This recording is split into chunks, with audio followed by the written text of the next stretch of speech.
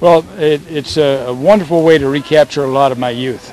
You know, this is what I did as a young man after I graduated from college and got in the Army. After spending a couple of years in the 82nd Airborne Division, I decided to try to get out of jumping out of airplanes and fly them. So the Army sent me to Fort Rucker, Alabama, and I learned to fly fixed wing first. Okay. I was a pilot in the OV-1 Mohawk, a surveillance aircraft. And then later on I got transitioned into Hueys. Did 2 tours in Vietnam flying, and just came back, spent 26 years total in the Army, retired, and I wound up down here teaching at Gordon College in Barnesville.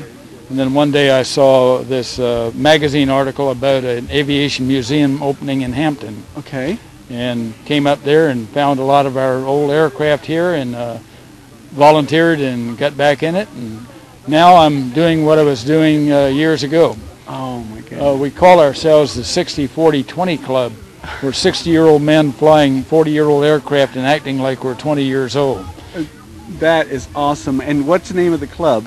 It's the Army Aviation Heritage Foundation. Okay. It's a nonprofit foundation. It's dedicated to showing the American people the things that Army pilots and crew chiefs did in our efforts around the world. And a little bit about your history, fixed wing to a rotor wing. What a difference. Yes. Well, the biggest difference is in an airplane, when you touch down, you want to be moving so that you don't stall the wing before you touch down. In a helicopter, you want to stop before you touch down. And that's the hardest part of transitioning from a fixed wing to a helicopter, is that making yourself stop. Before, keep moving, that was survival. Now it's stop, so you have to consciously think of that. After a while it gets to be gets used to it. Give us a little history about the Sky Soldiers. The Sky Soldiers started in about 1998. It was started by a gentleman named Michael Brady. His father was a general officer who was an aviator, and Michael decided that he wanted to honor his memory and the memory of Army aviation by starting this. And so he used a lot of his own funds to get it started and get it viable.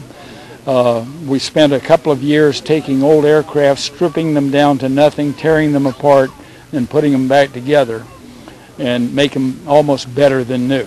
Wow. And in 2001, I believe 2000, we did our first air show over at Peachtree City.